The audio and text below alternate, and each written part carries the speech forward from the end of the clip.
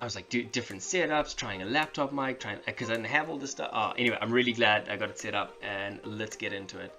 So I want to talk about everyone's favorite pastime, which is worrying. Yay! Just in case you didn't get it from the title, it's worry. But so recently, if you just get into my headspace now, we was coming back from Cape Town to Zim. And I had a friend of mine who was like, hey, we're driving back, do you want to come with us? And I was like, yeah. Don't normally drive back, fly back. Flights can be expensive and it's very short notice. So we're like, yeah, let's drive back. Be nice, it'll be cheap, it'll be longer, but whatever. And so I started off. We started off, I think, on whatever day it was, and we were gonna leave on that day, but then didn't have the documents in time to get the car across the border. So that's fine. Tomorrow, the next day. Okay, I'm waiting, I'm just playing games, I'm waiting for the word telling me when to go, nothing. Third day now, waiting. Okay, we're going today, but we can't leave yet because I still haven't got the documents. I think we left at about 3 o'clock in the afternoon. Now, we're driving up the road, we're driving through the Karoo to try and get as far as we can down the road because it's still COVID, it's still lockdown, and you have to be indoors by 10 o'clock at night. And we're starting at the towns, like the furthest town it's going to take us however long. I think it was 5 hours driving away before lockdown hit. We tried that place, now every B&B in that place is booked.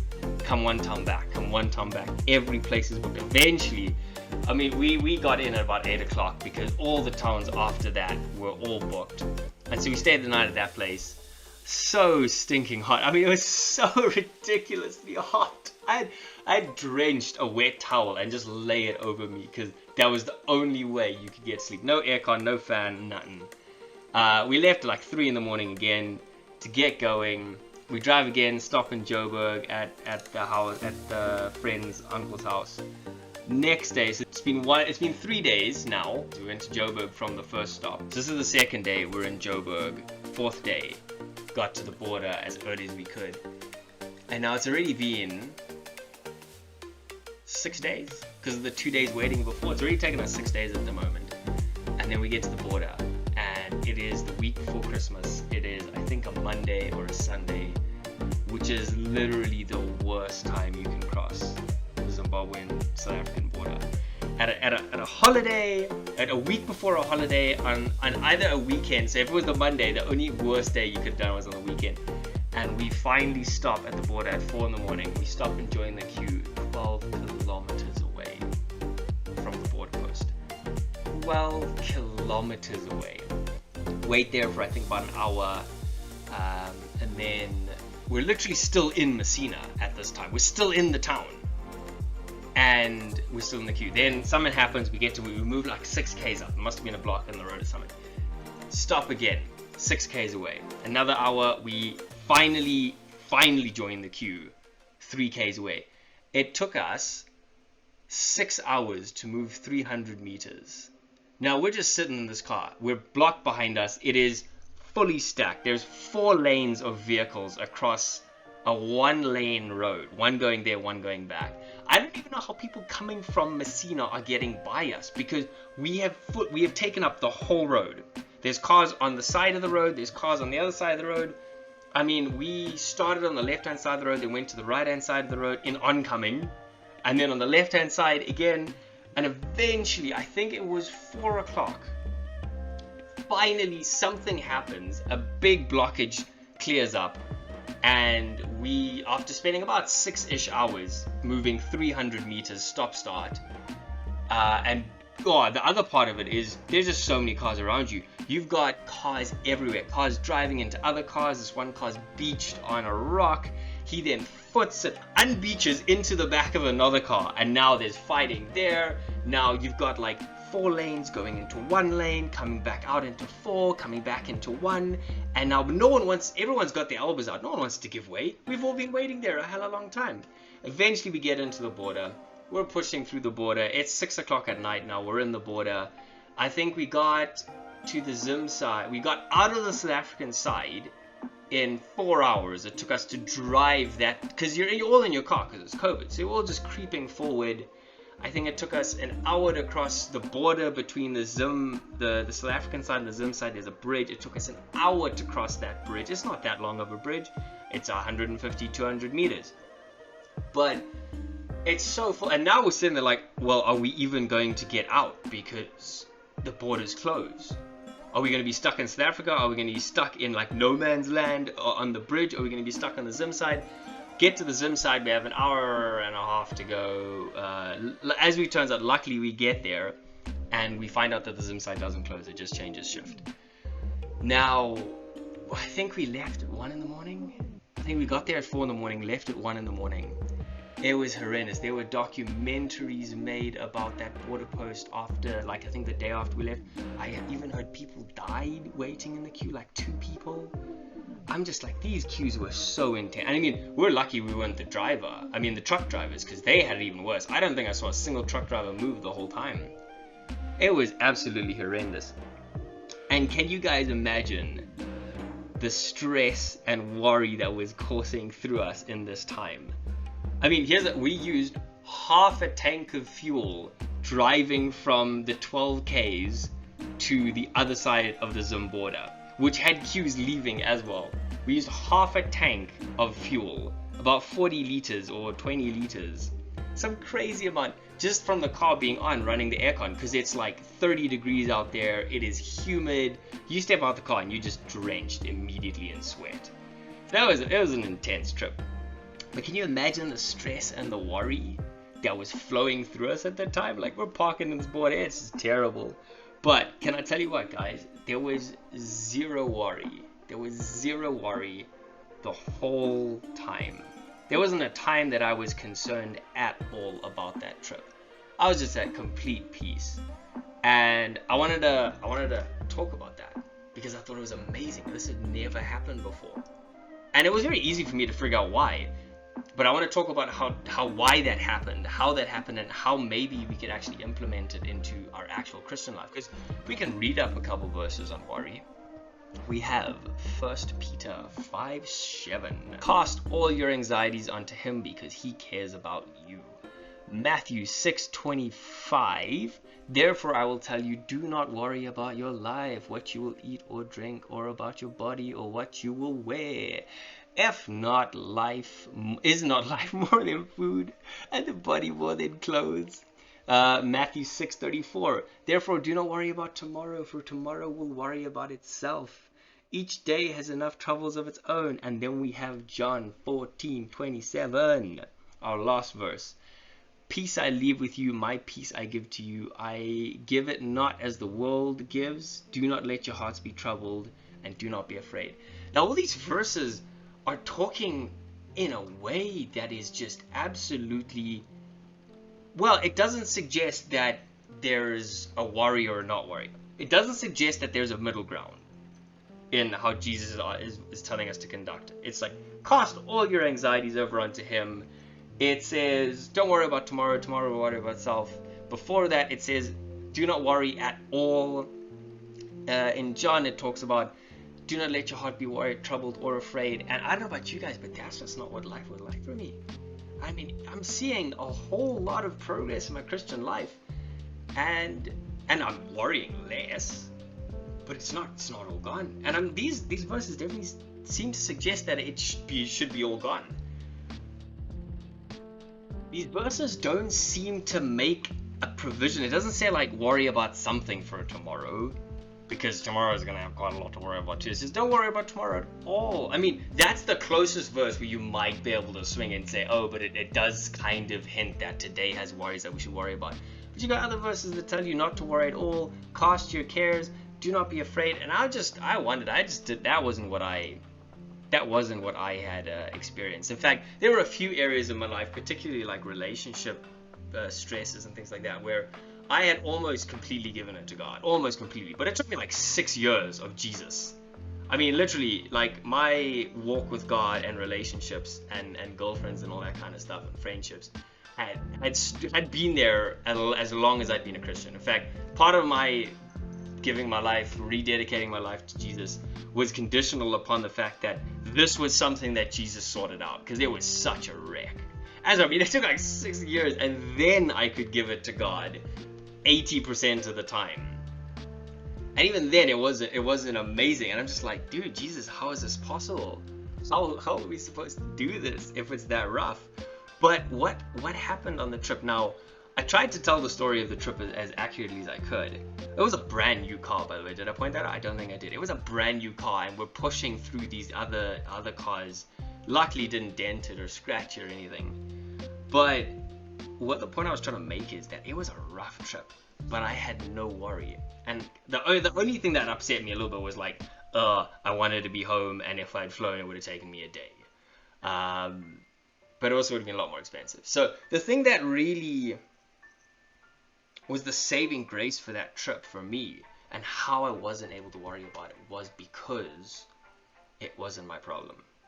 Like, the whole trip wasn't my problem. I mean, it wasn't my car. It wasn't expensive, so enough money was there.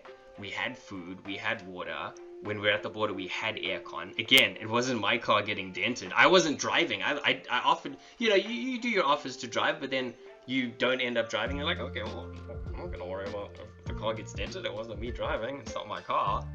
And it just was so easy to just not stress. And then even when you get stuck, I mean, the worst part of stressing in that border was the moment when we had to decide, do we go back and go to Botswana and come back around? That was the worst bit, was we were like, should we stick to this or should we go back? And then the cars came in behind us, we couldn't go back anyway. And then it was like, everyone in the car was just so calm, because there was no other option.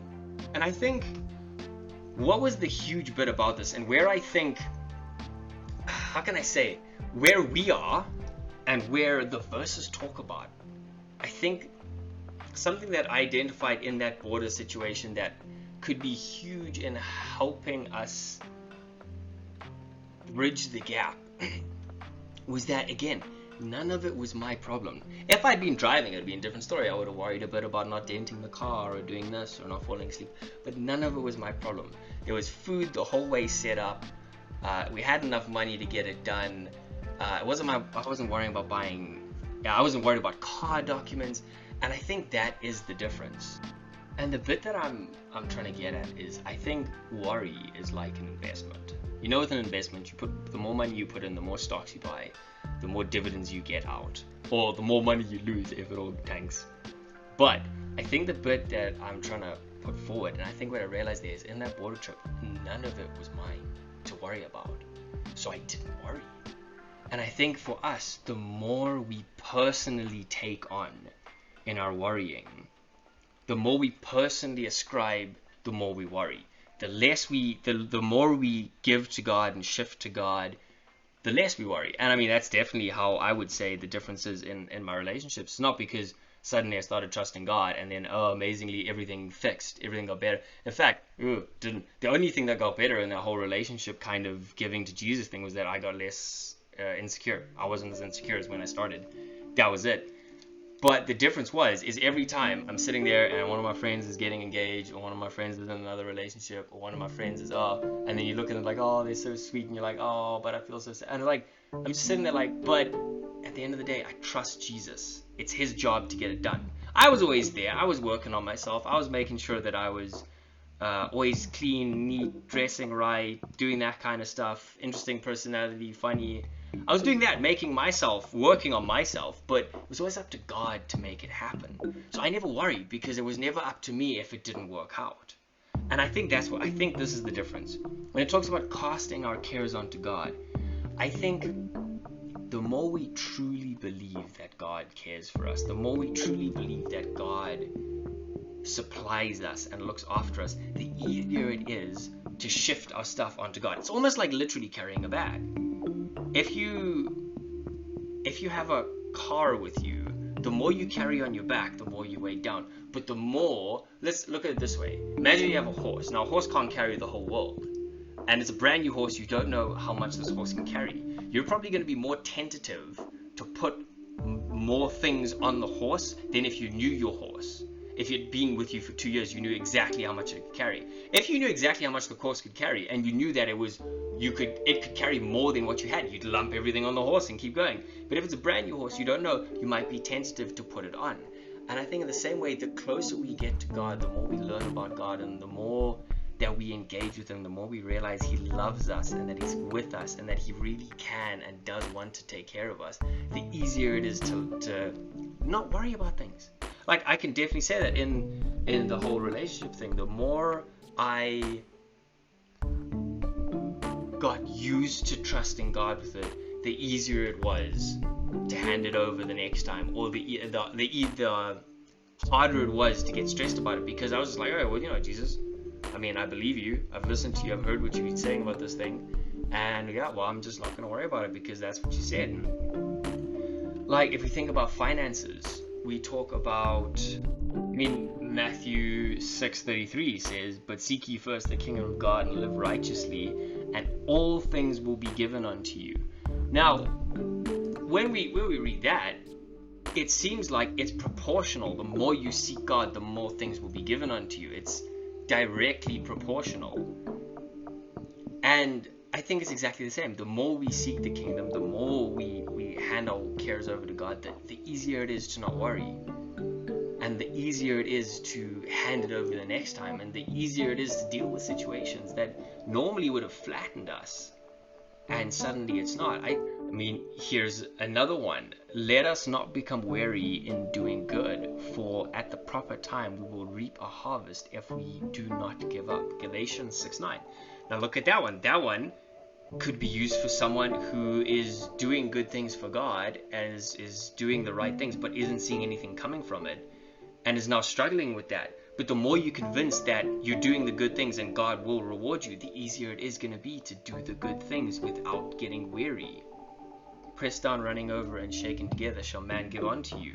Now, imagine if we trusted God to give back to us when we gave. It's just an example, because the verse says, given shall be given unto you. We would give a lot more if we knew and trusted it would come back. Like with a bank, if you give it to the bank, you know the bank's going to give you back the money. We would deal with God more like we deal with a bank than we would as if because a lot of us give the money away thinking that it's gone. But imagine if we trusted God to give it back as readily as we would trust a bank to give it back. I mean, here's just two more stories that I can throw in quick, but one is I was on a camp in my second year of high school, and it was a school camp. We got out with our dorm. Goodness, I don't know who decided that would be a good idea. But on the second night, we stayed in this open play kind of field. And what we didn't know is that at that time of the year, there was frost and dew. And we didn't get it the first night because we were under trees and under an open pavilion, so we didn't get the frost. But now what happened is we all laid our stuff out. We're all in this open field, and everyone during the night woke up with this frost that suddenly just appeared. Now we're all wet, we're all cold, all our bags are wet, everything is wet except for me, because I'd laid out my jacket, my waterproof jacket, because it'd gotten a bit wet today in the evening, and I quickly laid it over my bag because I wanted it to dry. Now for me, my jacket was wet, but none of my other clothes were wet because they were under the jacket. And we left. Everyone was miserable because all their clothes were wet, socks, shoes, everything, except for me. My clothes weren't wet. I was just a little bit cold for a little bit in the beginning because my jacket was wet. Now, I had less invested in that. Less of mine, my stuff was wet, so I was less stressed or worried. I was less upset. The second time I can think of is every time we did a mission trip, and every time we were talking about fundraising, everyone would say it's God's money, or if it's God's plan, He will fund it. So we would all sit there and we'd ask God, okay, God, where would you like me to go for this mission trip? Because if I'm going to the place you want me to go to, it's really your job to find the funds. And imagine if we thought about that with a lot of things. Imagine if we thought about that more often, that if we're doing God's will, it's actually His job to make the money appear. I can tell you what, we would be far less stressed about putting money together because if it's God's plan, then it's His problem to find the money. Imagine if we trusted God to do that. How much easier it would be, not knowing that if the burden wasn't on us to find it, but it was on us trusting God to provide it. Again, I just want to go back to the bank quick. You don't go to an ATM not expecting money to come out, as long as you have the money in the account. Now, imagine if we had that same trust in the bank that God would provide for us. If we had the same trust, like if you needed something, you could go to God and you would trust Him and it would be provided. You don't go to an ATM and worry unless you don't have enough money in the account. But if you have the money in your account and you go to the ATM, you're not sitting there. In fact, when something goes wrong, you're like, wait, what's wrong with this? You're actually a bit confused as to why it hasn't worked out, because this is the bank. The bank always provides the money. Why isn't the money not here? There must be a problem. Imagine if we trusted God like that. I think we would worry a lot less than we currently do. Anyway, guys, I'm going to check you later. This video has been long enough. Hope you like it. George out.